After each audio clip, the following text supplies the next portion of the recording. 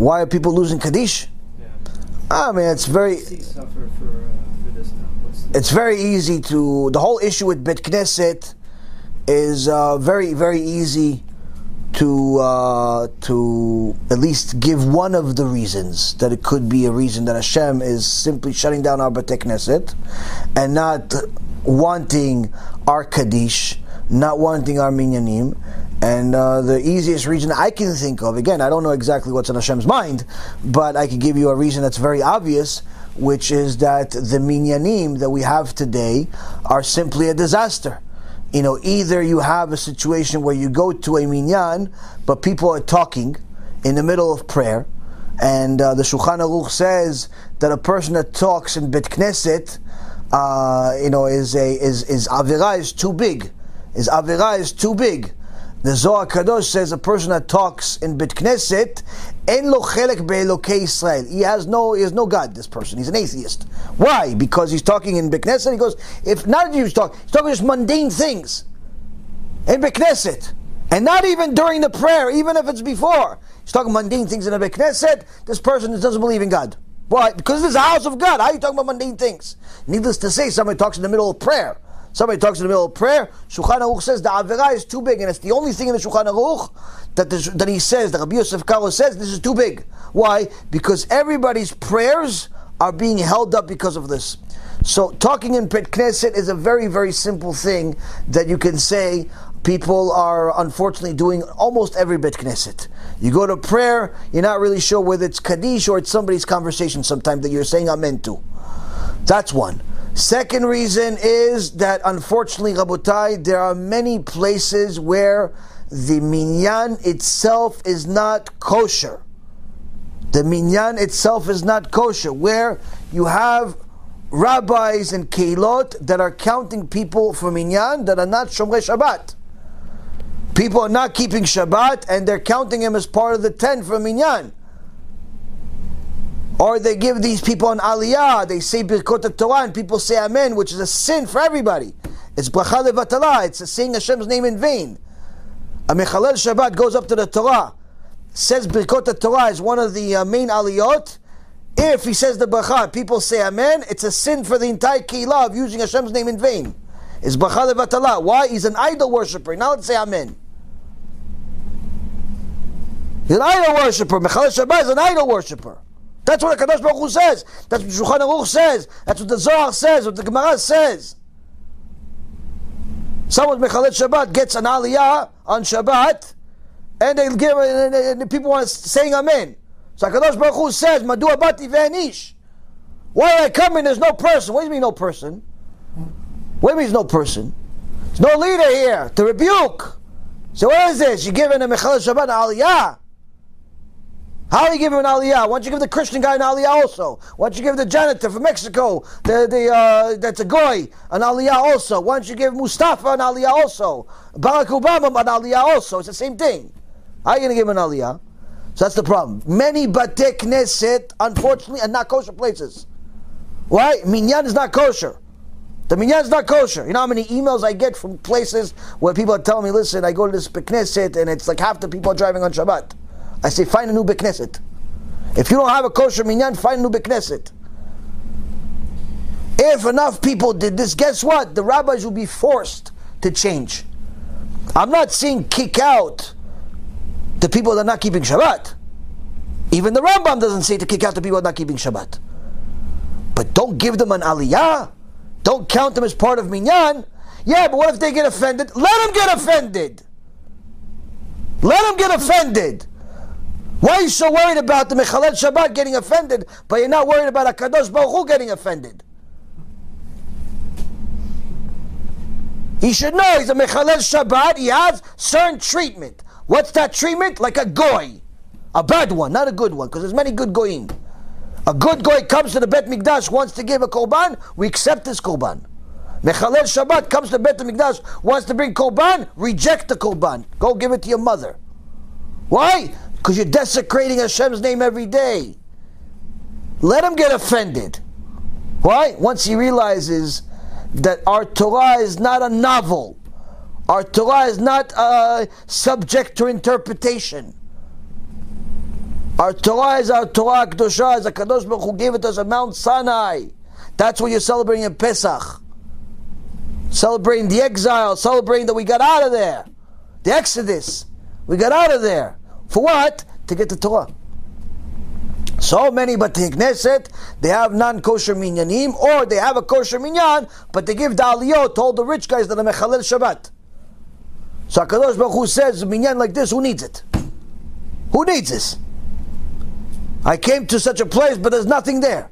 Hashem says, I came to a place like this, to a Beit Knesset, to my house. I see a bunch of idol worshippers saying Birkot Torah. Who needs such a Beit Knesset? That's reason number 3. Fourth reason is because the Beit Knesset is not just a place of prayer. The Beit Knesset is supposed to be a Bet Midrash. It's supposed to be a place you learn Torah. Many Batei Knesset, they're simply a place for socializing. People go, they pray, they socialize, they go home. What about Shiur Torah?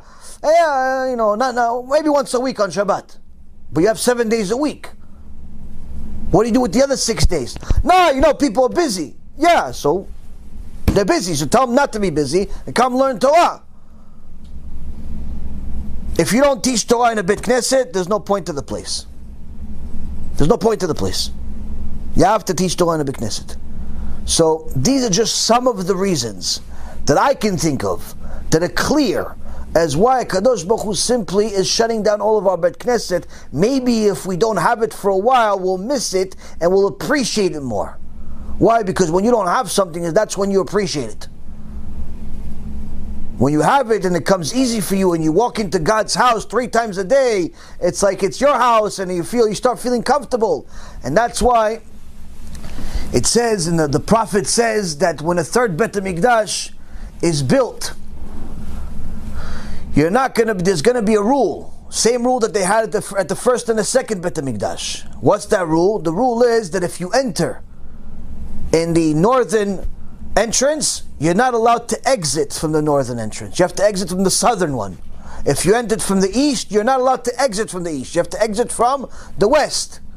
Why? But my car is over here.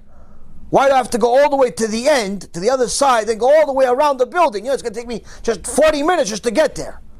And then 40 minutes just to go. Why waste all this time? The door is right behind me. I just got in and want to say hello to Rabbi, I'm leaving. No. You have to go all the way to the other side of the building. Why? The Yavitz Alav Shalom says, it's very important you know that if you violate this rule, you have a very serious problem with HaKadosh Baruch Hu. Why?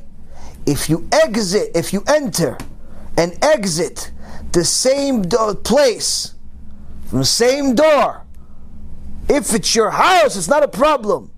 But the Bet HaMikdash is not your house. If you exit from the same place you entered and see the same walls twice in one day, chas v'shalom, that you're in your mind, you will think that the walls of the Bet HaMikdash are something that, it's like my house. I'm used to it. Why? I saw it twice in one day. And the moment you start treating the Bet HaMikdash, the house of God, like it's your house, you have a very serious problem with HaKadosh Baruch Hu. The Bet Knesset is a mini Bet HaMikdash. Many people treat it like it's their house. It's not your house. You can't walk around in the Bet Knesset look like you just came out of a laundry. Look like you came out of some type of war. You have to go into Bet Knesset, means the HaKadosh Baruch Hu's house. Coming to pray, not coming to socialize. People don't do that. HaKadosh Baruch Hu says, who needs them? Who needs the Bet Knesset? Who needs the Bet Knesset? Last but not least, many times people go to the Bet Knesset, but their tefillah is keva, tefillat keva. It's a prayer that they're so used to, they're like robots. Like we talked about last night in Igeret HaRamban. We have a whole shiur about it last night for 2 hours. Do not make your tefillat keva that it's just like such a customary thing. It's like a robot. You go at the specific time, put on tefillin, put there. No, you just can't wait to get out. You have to have some more kavanah. Sometimes praying by yourself helps you with kavanah. Sometimes it doesn't. Depends. Point is that HaKadosh Baruch Hu is rebuking all of us. He says, I don't want you to say Kaddish because your Kaddish was in the middle of somebody's conversation. So let him talk now. Let him talk. Well, I don't want to hear Kaddish. You have B'tei Knesset I've seen in my own eyes, my own ears. People are talking during Kaddish. In Boca Raton, the rabbi was talking in the middle of Kaddish. The rabbi is talking in the middle of Kaddish. On stage. He wasn't even hiding it. On stage. He's on the top of this, like a huge, beautiful synagogue. He's on stage, this Amalek that he is. And he's talking in the middle of Kaddish. 30 people are saying Kaddish for somebody that they love that died. And this guy's having a conversation. And that's why the Kehillah talks in the middle of Kaddish. So you don't know if you're saying Amen to the conversation or to the Kaddish. You're not really sure. Place like this, who needs this? Who needs a place like this? So that's the point. HaKadosh Baruch Hu wants us to know. You want to pray? Pray. You don't want to pray? Don't. So now, Rabotai, we have a very serious rebuke. Why? Because HaKadosh Baruch Hu tells us, I give you a gift. What's the gift? Power to praise a minyan. When you praise a minyan, Rabotai, you praise a minyan, it's a real minyan, it's a kosher minyan, everybody's prayers get answered. Even if one of the people didn't have full kavanah. Or even if 9 people didn't have full kavanah. But they have a little bit. You had one guy first 5 minutes, another guy the next minute, another guy the next 30 seconds, another guy, everybody had a part of that tefillah kavanah. HaKadosh Baruch Hu takes the best of everyone and combines it as if everyone had a perfect tefillah. That's the benefit of praying with a minyan. Whereas when you pray by yourself, unless you have full kavanah, it's toilet paper.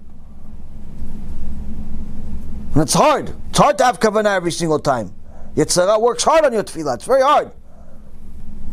I wish I had kavanah in every prayer. I wish.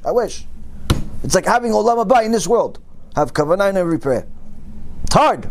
But Rabotai, you have to work on it.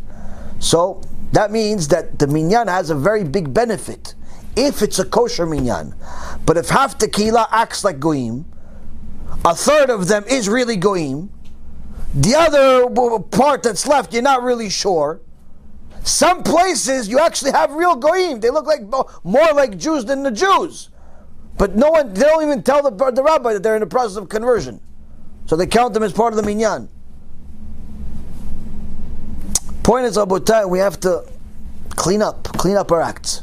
We clean up our acts, HaKadosh Baruch Hu is going to want us to say His name and sanctify His name in Kaddish, because that's really what you're doing with Kaddish. You're sanctifying Hashem's name.